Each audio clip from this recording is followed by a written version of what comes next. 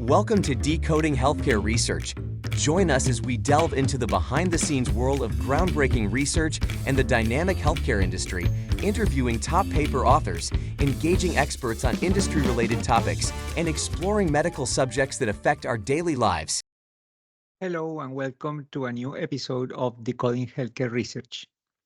My name is Efrain Riveros, Dr. E. Efrain. I'm an associate professor of anesthesiology at the Medical College of Georgia in the United States. Today, we will discuss an interesting topic related to exercise. Now that we are about to start the summertime in the Northern Hemisphere, some of us are going to go outdoors to perform different kinds of exercise, either running, riding a bike, swimming. And in all those cases, one constant is the increase in body temperature. And this is something that is physiological in nature. Actually, when we start doing exercise, it is estimated that the metabolism of the muscle increases 5 to 15 times, and 70 to 100% of the metabolism in the muscle results in heat dissipation or generation. That heat that is being generated is affecting the whole body, and it's actually a challenge for the thermoregulatory systems to try to maintain a normal temperature that is necessary for the normal functioning of every single cell in our body. So we need to understand better what happens when the muscle exercises and generates this heat. The first thing that happens is that there is a redistribution of heat from the central circulation to the peripheral circulation through vasodilation. So the first thing you experience is that vasodilation that you can see as flushing in the face and increasing blood flow to every peripheral organ. That is normal and is the first mechanism of defense, trying to preserve the temperature at the core of the body. We need to try to maintain that temperature within a relatively narrow range that is physiological. So once that happens, it's usually not sufficient to maintain the body temperature. You need to dissipate that heat even more. So there are 4 different mechanisms by which you can dissipate that heat that you are generating. One of them is called radiation. So radiation is the transfer of heat from your body to other surfaces that are not in contact with your body. That means if I am hot here and the wall next to me is cold, I am transferring heat from my body to that wall. And that happens when you are outdoors because there are surfaces that have lower temperature than your own.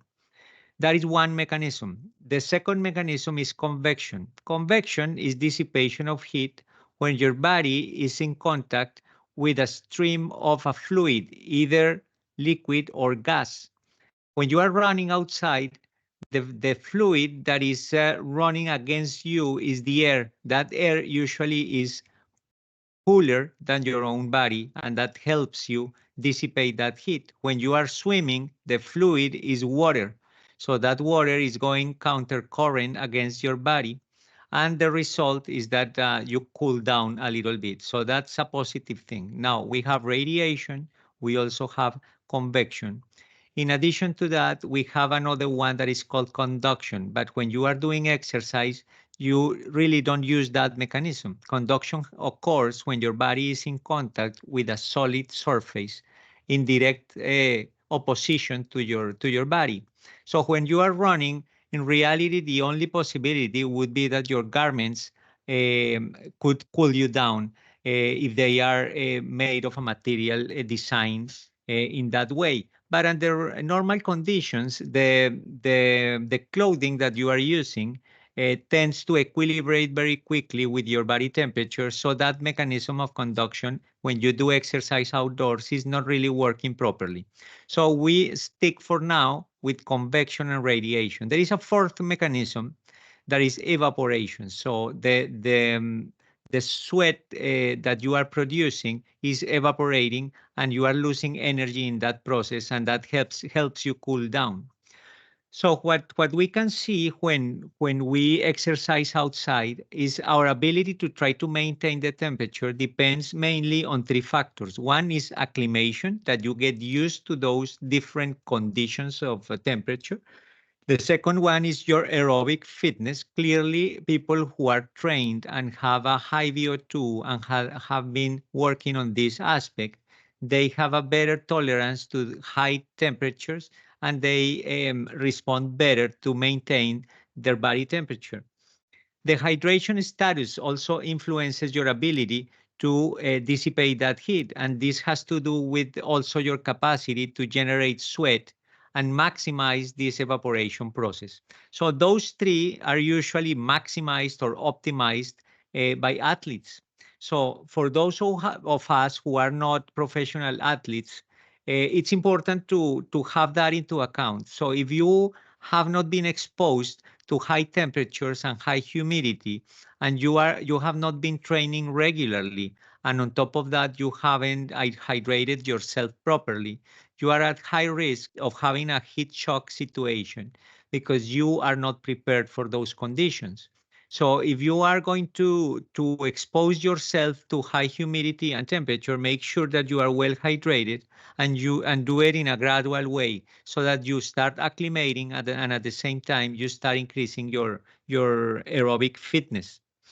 The way this signal of increasing temperature is transmitted to the central body is mediated by some skin thermal receptors, which send the signal to the hypothalamus. And from the hypothalamus, the signal is sent to the sympathetic nervous system so that there is some vasodilation peripherally and activation of the sweat glands. So this is a very important mechanism for us to maintain the temperature.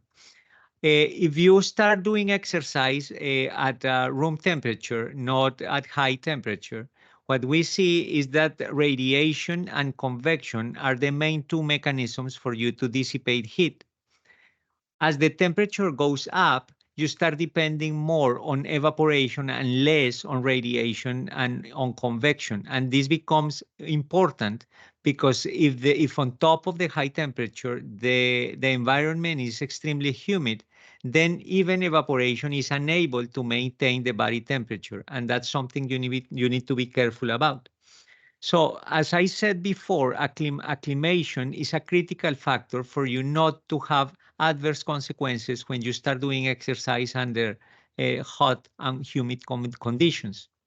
So, I had the opportunity to discuss this particular topic with Dr. Nathalie Kirby. She's a researcher who has done a lot of research on this particular aspect of exercise in high temperature. And I want to share part of our conversation in which she will explain the physiological mechanisms underlying exercise in high temperature, in addition to the physiological burden, even to the cardiovascular system, and how it works, and how can you excel in your performance despite those adverse environmental conditions.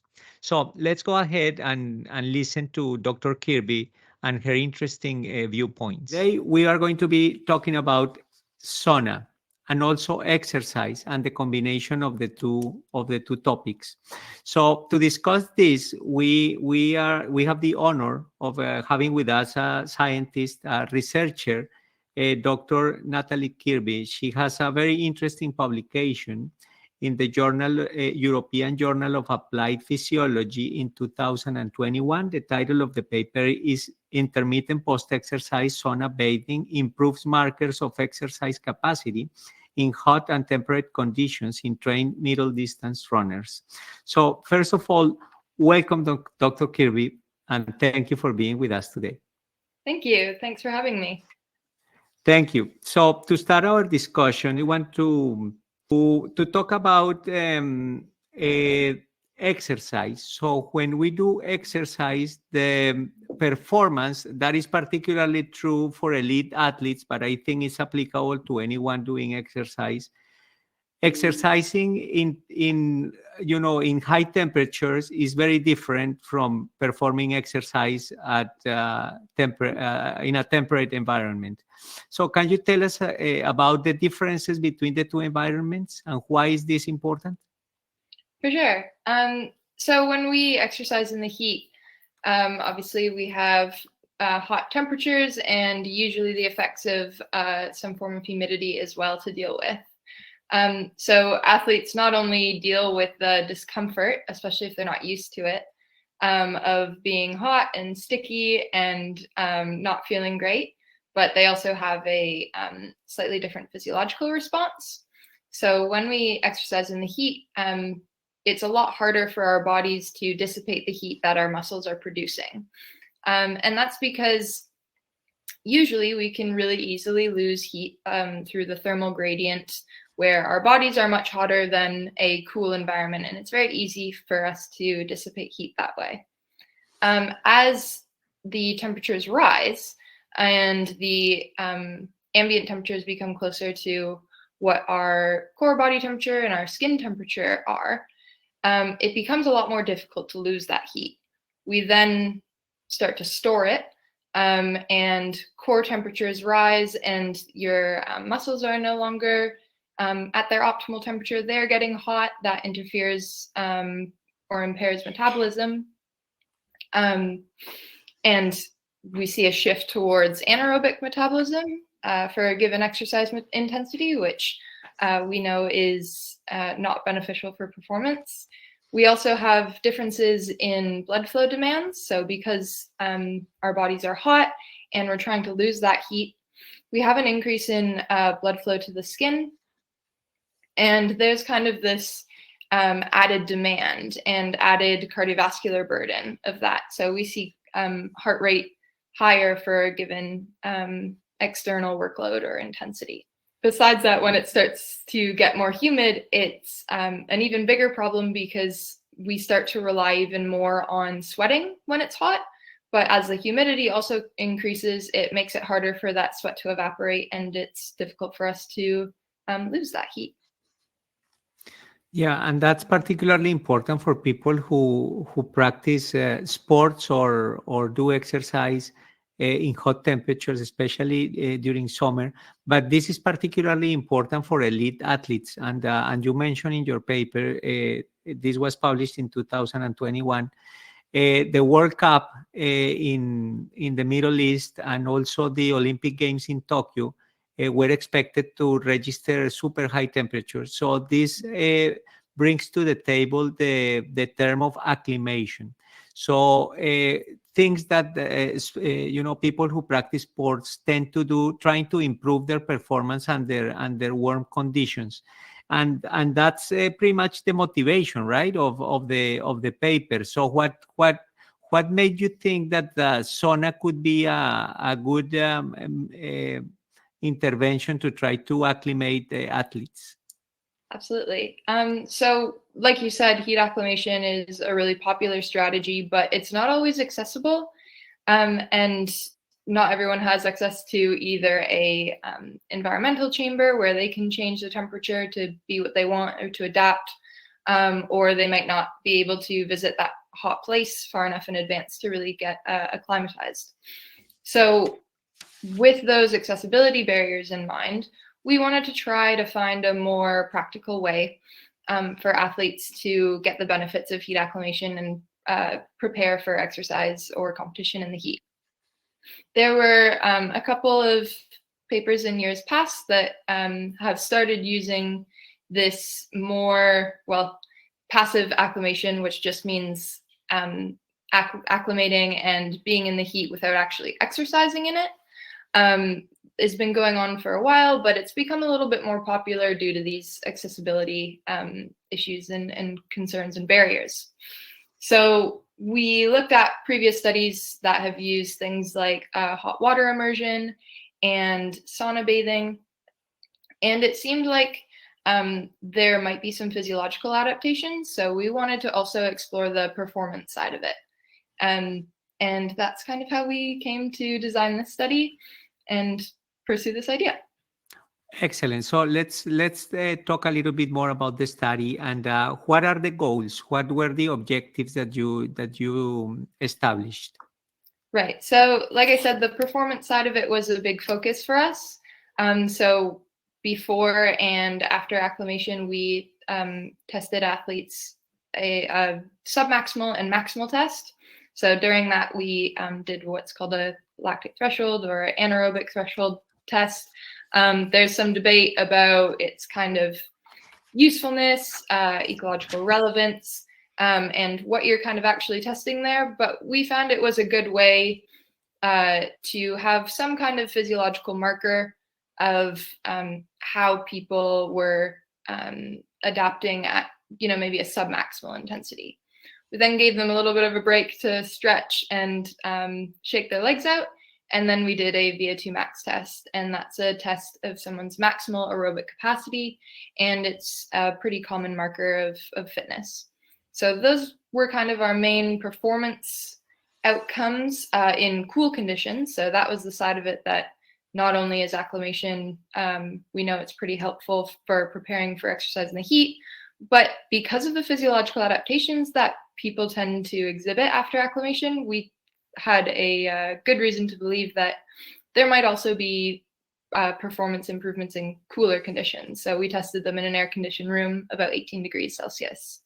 On the performance side of the heat, in the heat, we had them do what we called a heat stress test. It was a 30-minute run at, for these athletes, what was a pretty easy intensity. And we focused a little bit more on the physiological measures during that one. Everyone ran at the same intensity. So pre and post, we had kind of a fixed workload to compare physiological outcomes at. And those were our main performance tests before and after. The intervention was 3 weeks of post-exercise sauna bathing. So the idea behind that was that if people are already hot and they've already done exercise, if they go straight into the sauna, their core temperature will get to a point where we think it'll start eliciting adaptations a little bit sooner, kind of like a boost before going into the saunas. And they did that about 3 times a week. And we tried to get people to stay in for 30 minutes, but it was definitely tough. Saunas, and particularly the one that we used, they're not particularly comfortable conditions to be in for 30 minutes. What was the temperature set at? It was over 100 degrees Celsius. Depending on the day, it was anywhere between about 101 and 108. So it was steaming. It was hot. Yeah, it was hot. And what about the participants? What was the demographic profile of the population and how many people did you recruit? We had the population was the cross country and track and field team at the University of Birmingham. This was part of my PhD project. So we were really, really lucky to work with the Performance Center, and Birmingham has an awesome running and cross-country program. So we had access to some pretty high-level athletes, and not only were they great athletes, but they were awesome, awesome people, and really hardy participants to get through this. So they were between the ages of about 18 to 23, 24, and they were regularly training, usually every day, if not for some of them twice a day. And pretty serious athletes. They took their training to a pretty high level. We had more women than men. If you have the thing in front of you, I forget the actual split, but we did have slightly more women than men in this one, and that kind of led to our follow-up on, whether there were sex differences or whether that demographic had kind of any effect on what we thought our findings would be. So in addition to the physiological aspects that Dr. Kirby mentioned during our conversation, and that are definitely very relevant, acclimation can occur actively for athletes who expose themselves to high temperatures during training, or it can be done passively with different methods, but one that is very popular is the use of sauna. So the use of sauna helps athletes and people doing exercise tolerate better the changes in temperature and maintain and even improve performance under conditions of heat and humidity. It's also interesting to see how Dr. Kirby, in her research, was able to factor in the different phases of the menstrual cycle, understanding that the menstrual cycle in women is associated with significant changes in temperature that can hinder or impede adequate performance.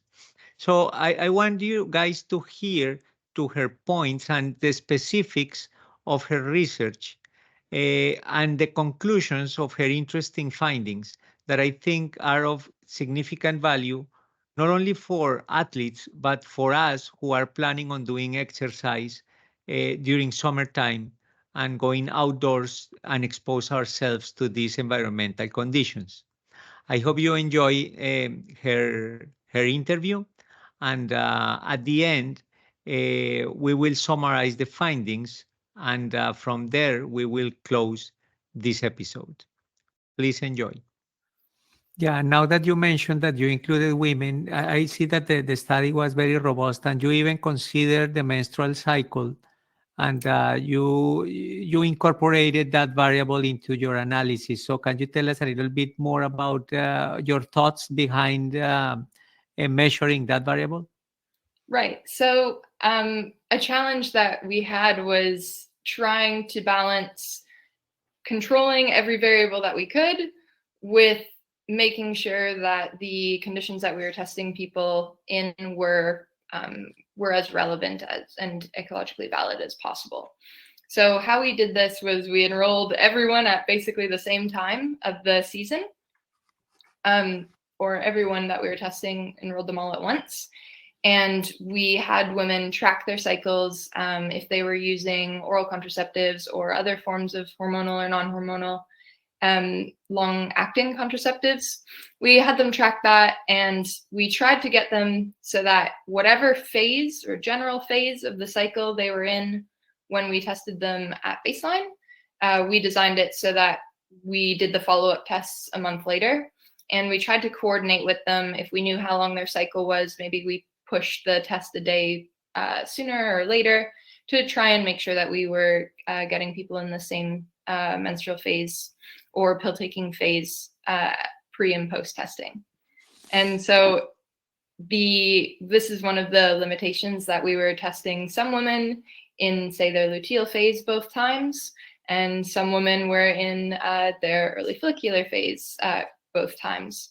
And we tried to keep it as controlled as possible, but we thought that the training stimulus and keeping that really controlled between our intervention and our control group was probably the most important thing, and making sure that people were getting a very similar training stimulus throughout, so that that wasn't impacting what their outcomes and how their performance changed.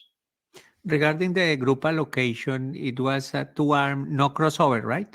Correct. There were a couple people who did crossover. They were real keen. They enjoyed it.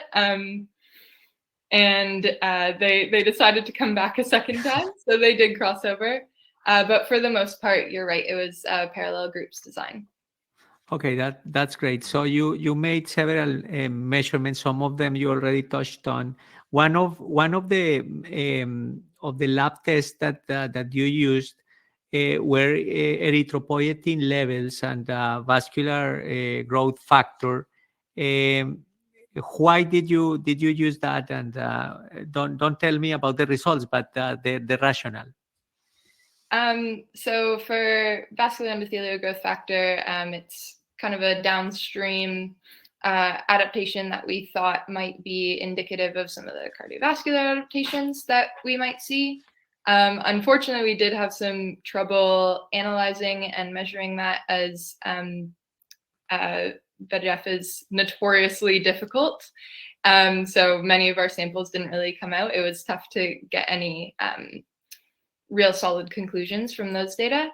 But the EPO data, we were able to get a lot more and measure it. and analyze those blood samples, but we didn't see anything in those data or in those samples. I think that we may have missed some of the early adaptations and early spikes in EPO that people will see during, say, altitude studies. And that, I think maybe our timing could have been a little bit better for when we took those samples. The reasoning for it was that we thought that one of the main drivers of performance improvements, and particularly VO2 max improvements, was a greater hemoglobin mass and a greater blood volume. And we think that's probably what drives the VO2 max and main performance improvements. So if we could measure the stimulus, which EPO is upstream of red blood cell production. So we thought that maybe we could get a little bit of a gauge on that to have a better look at the underlying mechanisms, but we don't have any real conclusive results from that one. I see. And let's continue with the variables that you measure. One of the critical variables, obviously, is the temperature. So how did you measure that temperature? Their core body temperature? Yeah. So we had their core body temperature as well as their skin temperature. Core body temperature was measured using a rectal thermistor. So the participants self-inserted that, and it went at least 12 centimeters past the sphincter. And that's a pretty common measure of core temperature, but it does carry its own limitations. It tends to be pretty slow to react to changes in core temperature. The faster or more dynamic measures are things like esophageal temperature, which is inserted through the nose and comes down the esophagus. It's a lot closer to the heart, and that's a little bit more what we can consider to be core temperature, whereas rectal temperature really depends on the perfusion of blood around the tissues where the thermometer is.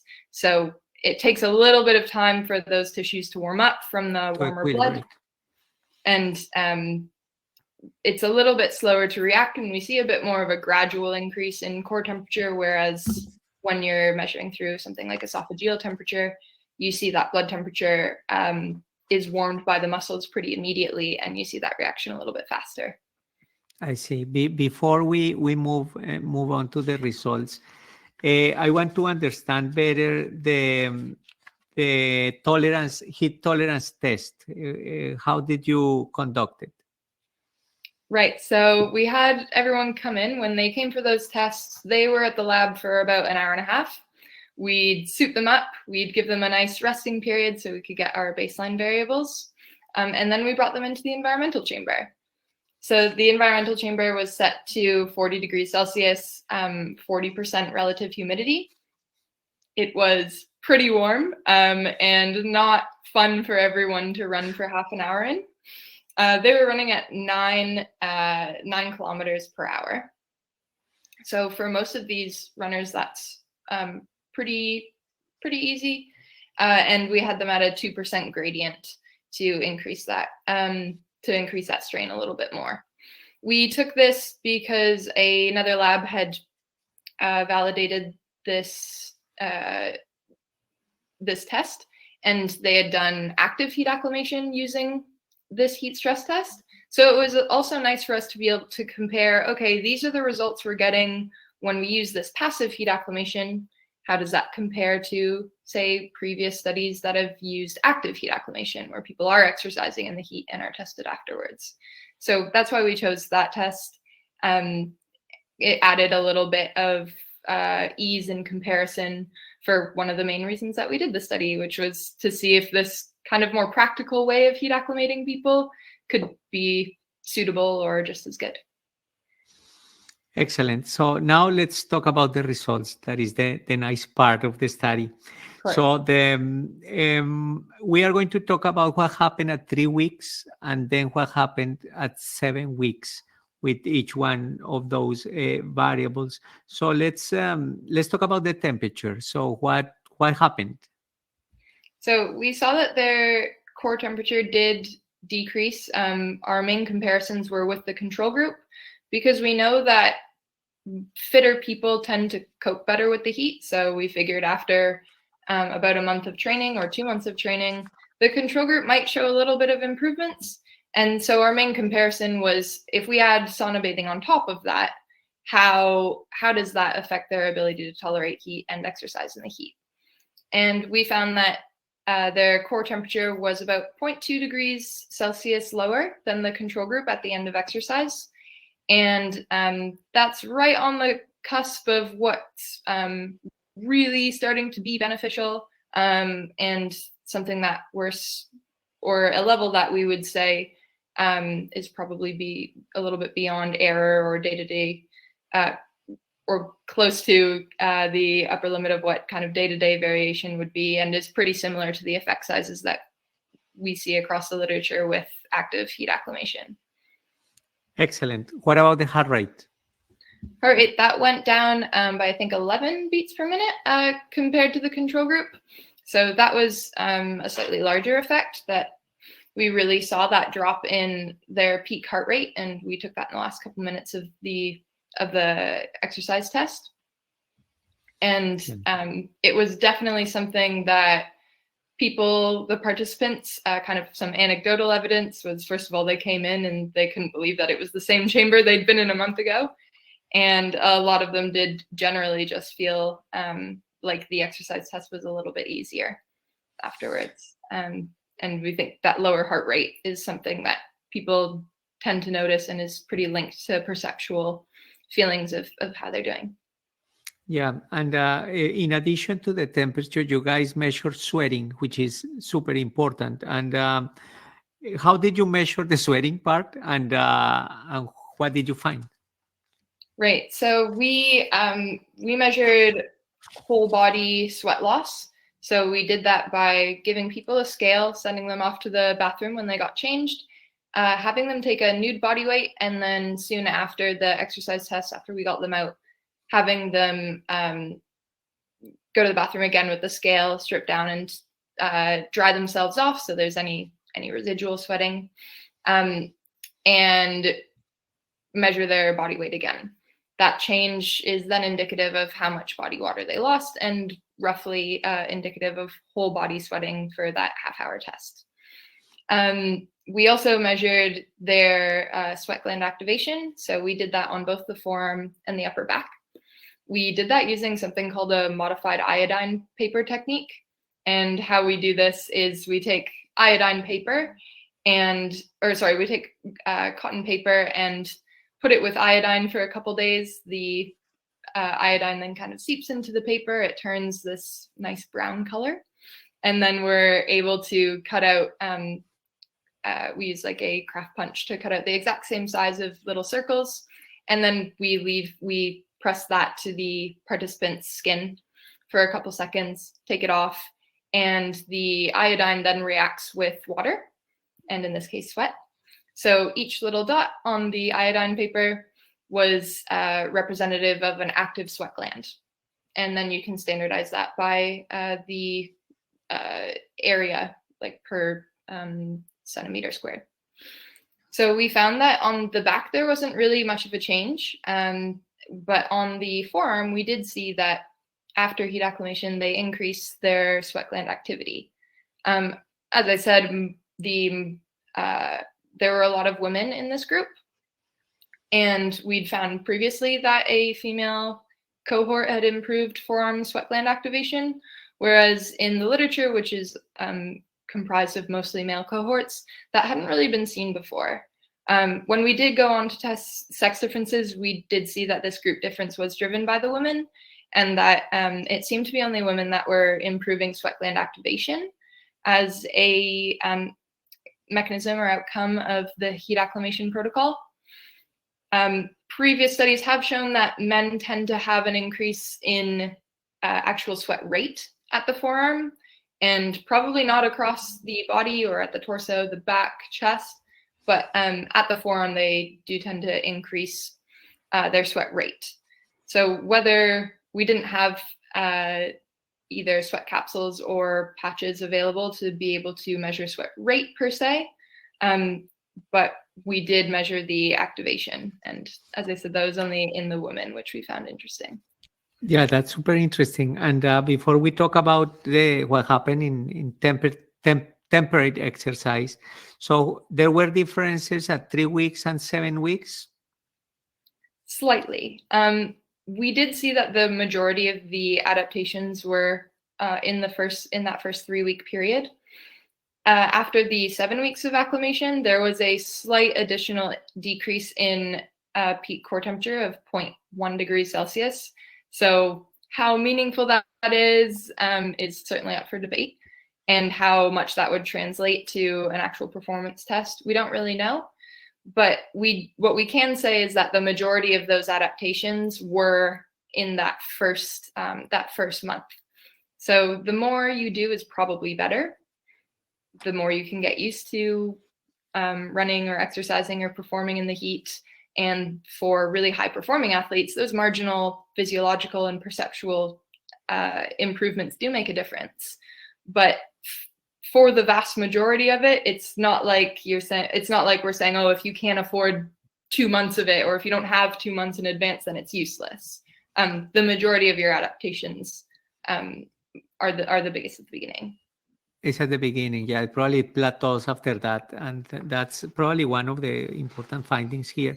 So let's talk about the exercise on temperate environments. So let's talk about the VO2 max. What happened? Yeah, so like I said, we also tested them in temperate environments, and that was in about 18 degrees Celsius. We had an air-conditioned room, and we wanted to see whether they also improved their lactate threshold and their VO2 max. At the way that we structured the VO2 max test, we also used it as a time to exhaustion test. So they're going to max, they're holding on for as long as they can, and we take their gas exchange data to calculate VO2 max, but we also just measured the time that they were able to do, that they were able to run at that higher intensity. And we did see an improvement in each of those outcomes relative to the control group. We think, again, that that's probably underpinned by the more central cardiovascular adaptations, whereas the submaximal stuff might be in part due to the blood volume and differences in potentially hemoglobin mass, as others have found. But there might also be a more metabolic aspect to that as well. The research is definitely not conclusive yet, but is picking up on metabolic adaptations of heat stress as well. So we didn't really have the capacity to look much at the underlying mechanisms, and we can speculate, of course, but we know that the end result is that it does tend to improve performance. Yeah, and that's actually the next step. So there are the study is complex in itself, and there were multiple measurements, but let's divide it up into two headings as you put them in the article. Exercise heat tolerance. Can you summarize the results? And also temperate exercise performance. Also, please summarize the results. Right. So for the heat stress test and the performance or exercise like physiological outcomes in the heat, we saw a decrease in core temperature, in heart rate, and some increases in sweating outcomes that might be playing into those. After a half-hour test, we saw that those findings were significantly greater than, or those improvements were significantly greater than the control group. But we don't really know how that might translate to, say, a shorter duration test or something with starting and stopping, or longer duration than 30 minutes, which, like you said, with the Tokyo Games, this was in the lead up to the Tokyo Games, and that. So there might have been some differences in the size of the effects or the size of the difference between the control group and the sauna group there. In the temperate conditions, we did see that improvement in VO2 max, which was really cool because previously other studies had really just mostly looked at time trials, whereas this is this takes the what's it called? Like a time trial, you can kind of decide to go faster. Yeah. Whereas VO2 max is a little bit more objective, is the word I was looking for. Correct. A little bit more of an objective measure of fitness and aerobic capacity. So we were definitely interested to see that.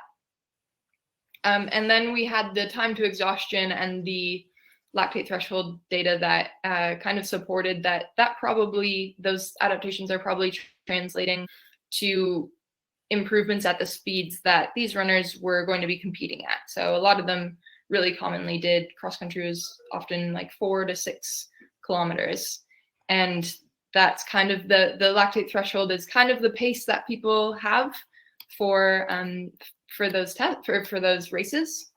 And so it was nice to see that these adaptations were translating to something that was actually useful for these runners, and that they were getting something out of it too.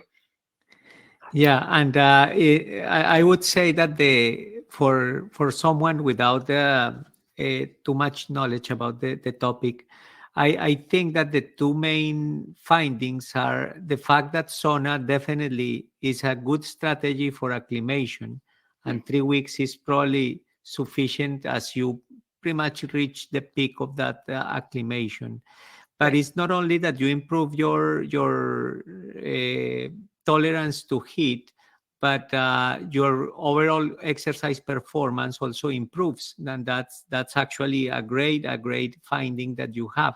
So my final question before we wrap up is, what would be your recommendation based on what your study found? My recommendation for athletes? For athletes. For sure. My recommendation would be, firstly, if you can get access to both a passive form of heat acclimation and active, both are going to be beneficial for you. The passive side is a little bit more practical and maybe easier to work into your schedule, whereas the active side, there is always a perceptual side to competition. So any exposure you can get to actually running or competing or doing whatever sport you do in those kind of conditions is also going to be helpful for you. One of the reasons that we spaced out the sauna sessions was because we'd done a previous study with active heat acclimation where it was day after day after day. And that's kind of the structure of what a lot of the literature has employed. And that the athletes found that really, really taxing.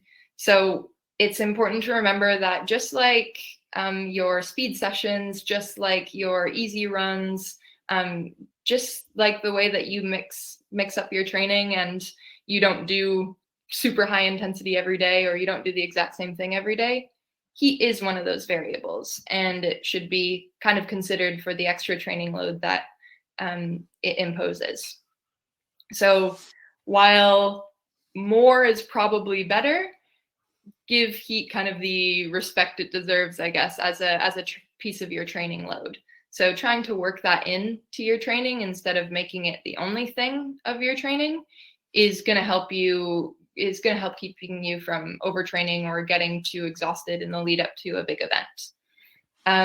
I would also definitely recommend, from a safety perspective, buddy system is great. If you're going to go in a sauna afterwards, bring after your run, or not after your run. Either way, bring a friend. It's hot in there. People who aren't used to the heat are really susceptible to things like feeling faint or feeling nausea, and having someone with you looking out for you is really helpful.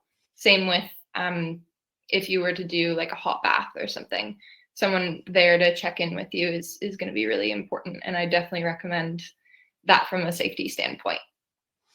Yeah, that's great advice, and definitely this paper is very well designed and very well conducted, and the robustness of the study allows us to be very clear with the conclusions, and I appreciate the way you summarized it, and I think we can close by saying that we want to thank you for the honor of having you here with us today, and the way you explain everything you did. It was really a pleasure to hear it from you. Thank you so much.